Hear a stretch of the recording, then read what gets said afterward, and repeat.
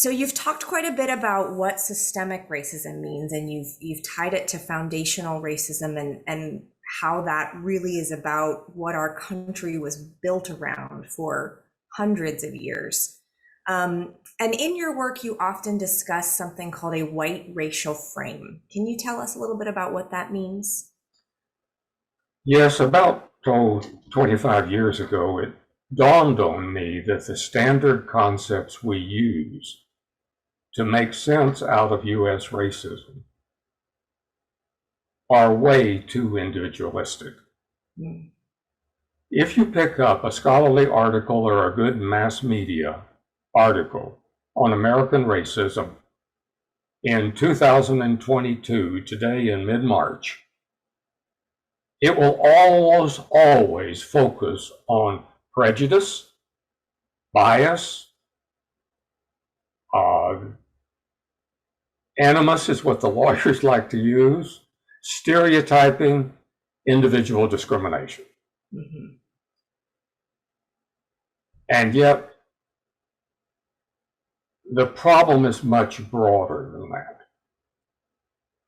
The problem is that this systemic racism, which is discrimination against widespread institutionalized discrimination against Americans of color, starting in 1607,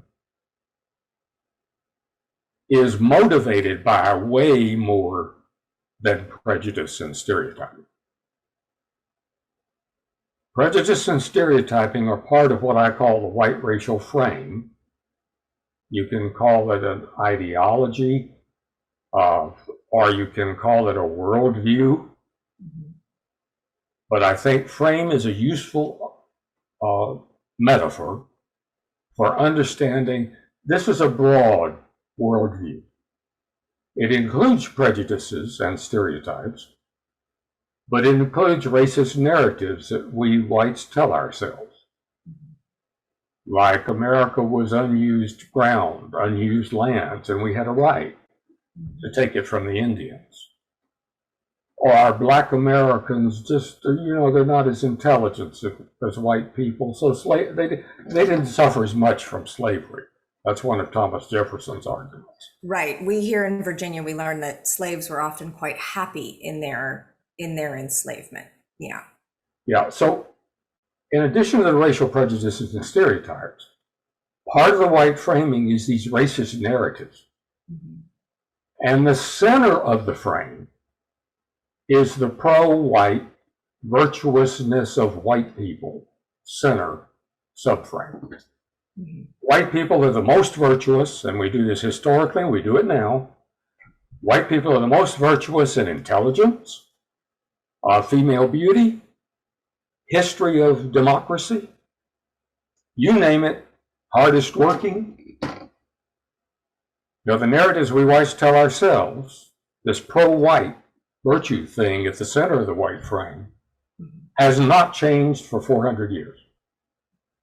We've added subframes that eventually it started out with anti-Black subframe, anti-Native American subframe.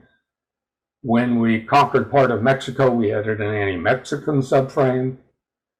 When Chinese workers were brought in 1850s, we added an anti-Asian subframe. But that pro-white center, where we whites tell good stories about ourselves, we have great founders. We may talk about CRT in a minute or so, but we still don't face the reality that our founders were not virtuous. Right.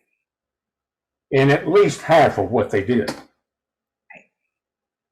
For example, the Declaration of Independence, which is our most sacred document, was signed by 56 elite white men. 73% of those founders of democracy were slaveholders. That's a 7 and a 3% of those 56 white men were slaveholders. They were spouting democracy, but they didn't believe in it in their everyday actions. They didn't live it, for sure. And then when you get to the Constitutional Convention, it's like 40 to 50% of them are slave owners. So they build into the U.S. Constitution the protection of property, and they had in mind not only lands and houses, but also other human beings they own. So the white racial frame grapples with not only stereotypes we have about Black people, or Asians, or Native Americans, but also the stories we tell.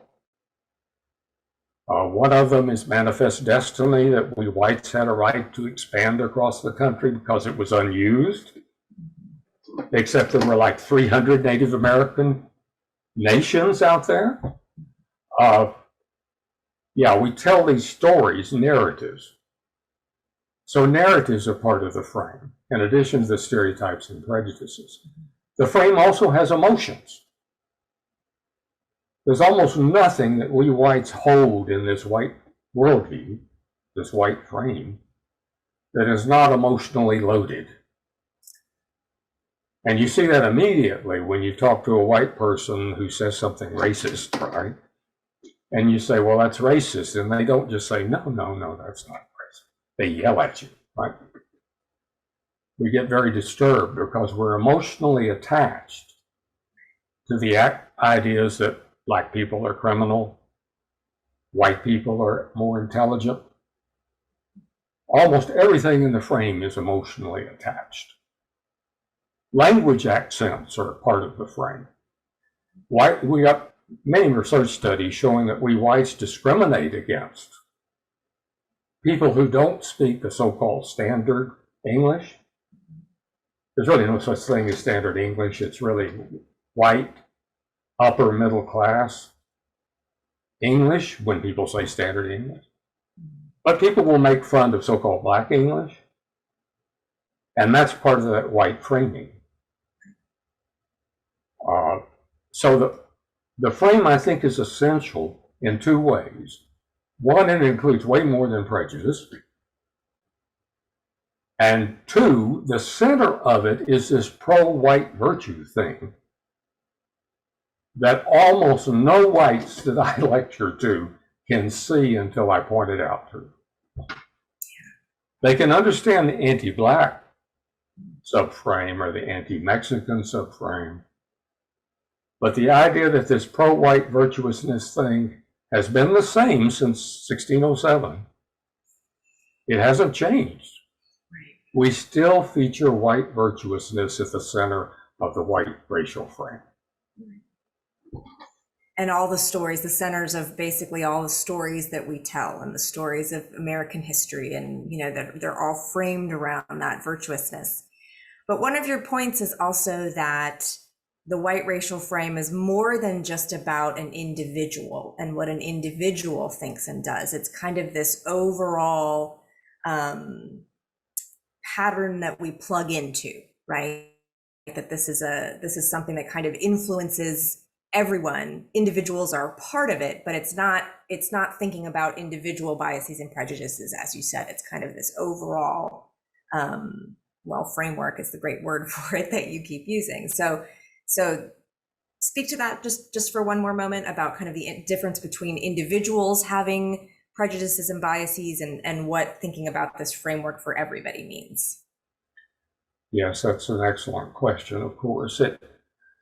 There's several social theorists who've made the excellent point that we really do not just have individual perspectives or individual views, that we learn them and we reproduce them in the intimate primary social groups that we grow up in, and our friendship groups, say it's friendship or relative groups over time. So that as children, we're picking up the information and the framing, the white framing as a white child, and the anti-others framing. We're picking that up from these family groups and relative groups, and then rather quickly our peer and friendship groups. At a very early age, that starts to factor in. And so the racist stereotypes, the pro-white and anti-others, are carried in the group around us as well as in our own minds. So a number of social theorists, like some of Emile Durkheim's students, emphasize that our understandings are carried not only in our own minds, but in the immediate group. And we're constantly feeding back and forth the views in the group. Yeah. Okay. So kind of given that, thinking about kind of this group perspective, but also individual perspectives and how there's often tension between the two, that and just the general idea behind it, how and why to you is it important that we learn about how this white racial frame influences the way we think, but also how does it influence the way we learn about U.S. history? I guess the bottom line is that we've basically, as members of this society, been lied to in 100 different ways about our history, about the racial patterns today, about who other people are besides our racial group, and even about our own racial group.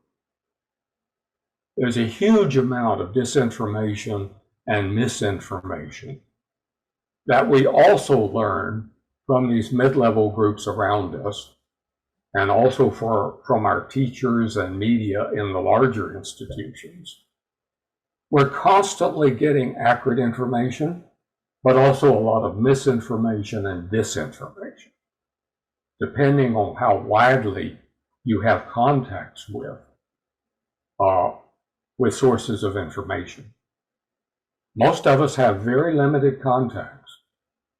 Certain media channels, our own primary social groups of relatives and friends. Most whites, if you look at the studies, don't have a close black friend. In the studies, we claim black friends, but when they follow up and ask people to name the friends, we can't name them. Or we'll say, well, it's like Sam who works, my garbage man, or Sam who's a clerk down at the bank, right? We haven't had black folks over for dinner or gone to their houses, or had long, intimate discussions about what it's like to be a person of color in this society with people of color.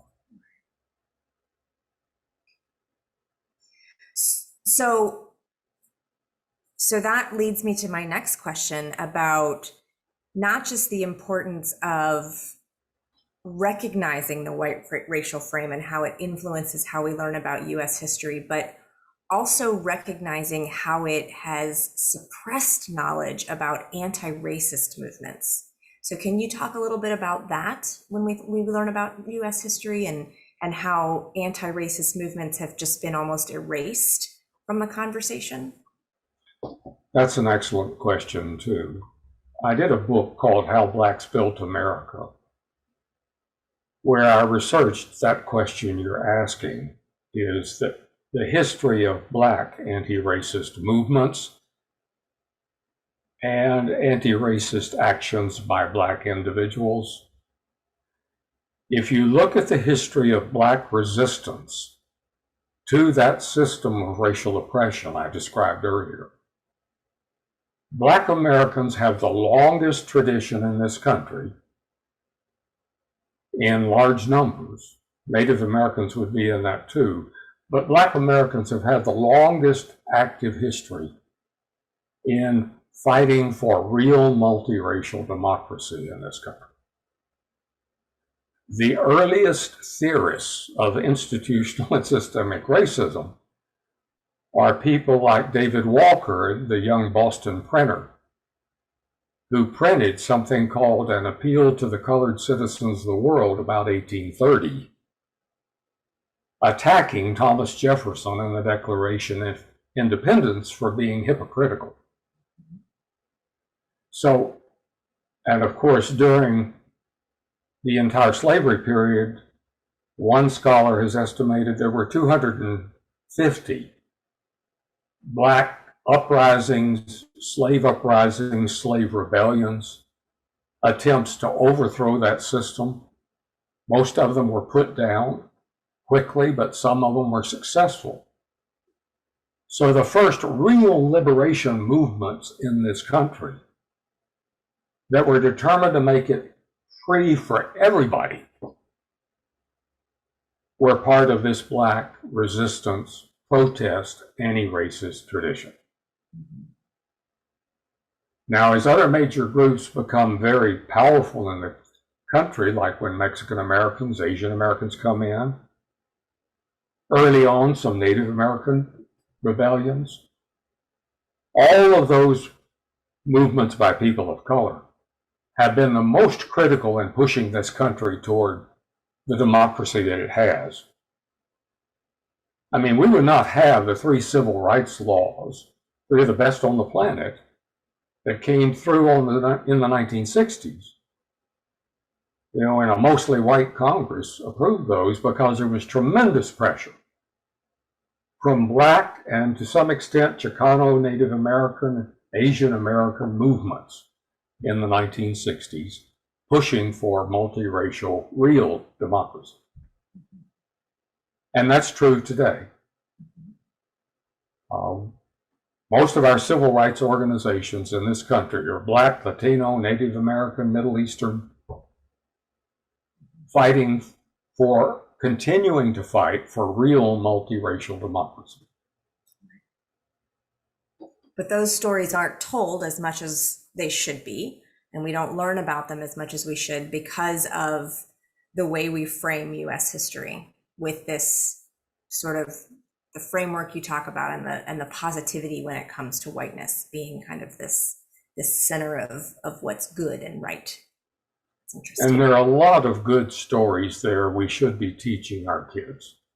Absolutely. One of my favorites is at the end of the Civil War, President Lincoln, who had said at the beginning of the Civil War in 1861 he was never going to have any N-words in his army, at the end of the war says he could not have won that war for the United States